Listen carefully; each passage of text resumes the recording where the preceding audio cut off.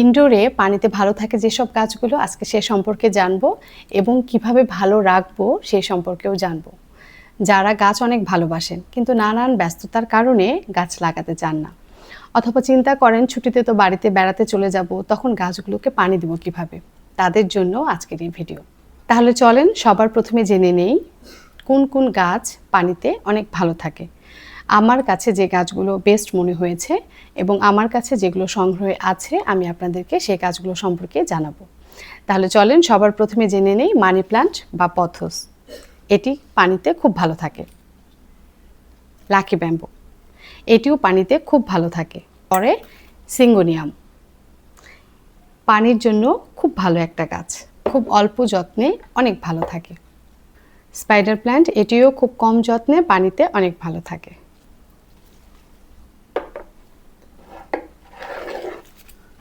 Snake plant, পানির জন্য খুব ভালো।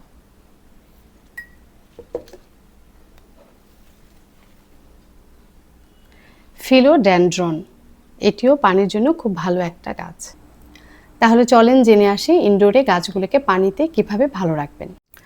সবার প্রথমে খেয়াল রাখতে হবে যে পাত্রে রাখবো সেটা যেন স্বচ্ছ কাচের গ্লাস বা জার হয়, যেখানে খুব সহজে শিকড়ের সৌন্দর্য এবং অবস্থা চোখে পড়বে, যাতে শিকড়ে পচন বা শ্যাওলা ধরলে সঙ্গে সঙ্গে চোখে পড়ে এবং যত দ্রুত সম্ভব পানি পরিবর্তন করে নিতে হবে। ভালো করে খেয়াল করে দেখেন, আমি যে এখানে গাছগুলো রেখেছি, লাকি ব্যাম্বুগুলো রেখেছি, সেখানে দেখেন শিকড়ের এই অংশটুকু কিন্তু আমি পানির নিচে রেখেছি। এছাড়াও উপরের এতটুকু অংশ আমি কোনো পাতা রাখিনি। হ্যাঁ, এবং খুব খেয়াল করতে হবে আপনাদের যেন পানির নিচে কোনো পাতা ডুবে না যায়।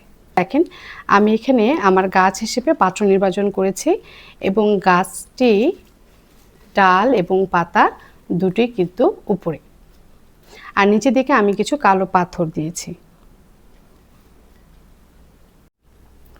পাত্রের নিচে নুড়ি পাথর, তারপরে পোড়ামাটির ক্লে, হ্যাঁ, অথবা শুধু ইটের খোয়া ছোট ছোট টুকরো করে গাছের চারপাশে দিতে পারেন। এতে গাছটির কোনো এক পাশে হেলে বা ঢলে পড়বে না, গাছটি স্থির দাঁড়িয়ে থাকবে। ইনডোর প্লান্ট ঘরের যে কোনো জায়গায় রাখা গেলেও খুব চেষ্টা করবেন পরোক্ষভাবে যেন সূর্যের আলো পায়। আর যদি সম্ভব হয় সপ্তাহে একদিন সূর্যের আলো দেবেন। সপ্তাহে অন্তত 2 দিন, না পারলে একদিন পানি পাল্টে দিন। এতে মশার ঘর বসতি ঠেকাতে পারবেন, মশা কোনো রকম কোনো সমস্যা করবে না। আপনি যদি এই নিয়মগুলো অনুসরণ করেন তাহলে ইনডোরে গাছগুলো কিন্তু ভালো থাকবে। কিন্তু ভালোর তো কোনো শেষ নাই, তাই গাছগুলোকে যদি আরও ভালো রাখতে চান তাহলে কিছু লিকুইড ফার্টিলাইজার আপনি ব্যবহার করতে পারেন। সেক্ষেত্রে আমি আপনাকে বলবো দুইটা, একটা হচ্ছে ইপসম সল্ট আর একটা হচ্ছে সিউইড স্ট্রাক। ইপসম সল্ট এবং সিউইড স্ট্রাক আমরা গাছে কিভাবে ব্যবহার করব তাহলে চলেন দেখে আসি।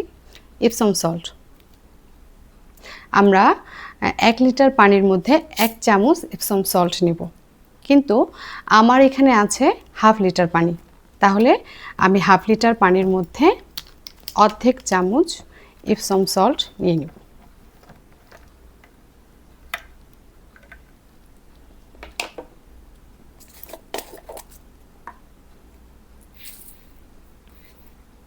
এক লিটারের মধ্যে নেব 1 চামচ, তাহলে 1/2 লিটারের মধ্যে নেব 1/2 চা চামচ, এবং এটা খুব সহজে পানিতে মিশে যায়।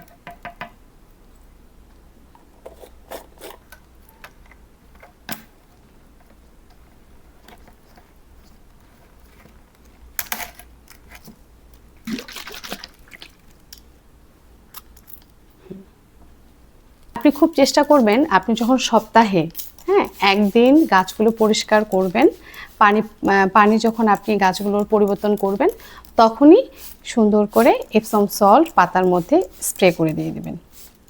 এপসম সল্ট পাতা স্প্রে আপনি মাসে 1 বার করবেন।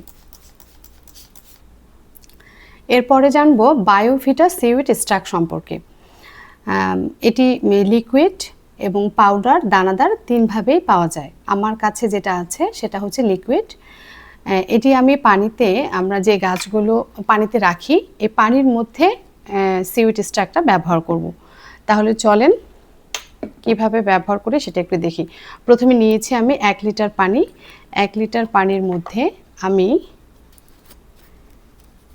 1 চা চামচ পরিমাণ সিউইড স্টাক নিব,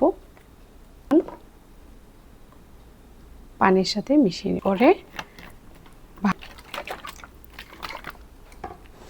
এবং আমার যেহেতু ইনডোরে পানিতে অনেক গাছ, তাই আমি সবগুলো গাছে একটু একটু করে দেব। এবং এটি আপনি মাসে একবার ব্যবহার করবেন।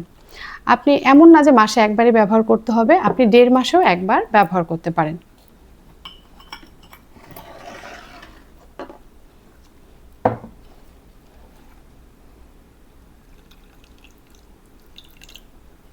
খুব সামান্য পরিমাণই লাগে। তাহলে ইনডোরে পানিতে আপনি যে গাছগুলো রাখবেন সেই গাছগুলোর জন্য এপসম সল্ট, সিউইড স্টাক আপনি লিকুইড ফার্টিলাইজার হিসেবে ব্যবহার করতে পারেন। এছাড়াও কিন্তু আপনি বৃষ্টির পানিও ব্যবহার করতে পারেন। গাছের জন্য মানে ইনডোরে যে গাছগুলো থাকে তারা তো সাধারণত বৃষ্টির পানিটা পায় না, তো যখন বৃষ্টি হবে সেই পানিটা আপনি স্টোরেজ করে পরে স্প্রে করে অথবা গাছের যে পানিটা দেয় সেই পানির সাথেও আপনি মিশিয়ে দিতে পারেন। এতে গাছের জন্য খুবই উপকারী। এবং অ্যাকোয়ারিয়ামে যে আমরা পানিটা ব্যবহার করি এটিও কিন্তু গাছের জন্য খুব উপকারী। তাহলে গাছপ্রেমীরা ইনডোরে পানিতে এই গাছগুলো রাখেন এবং এইভাবে যত্ন করলে ছুটিতে আর আপনার গাছ নিয়ে টেনশন করতে হবে না। ভালো থাকবেন সবাই।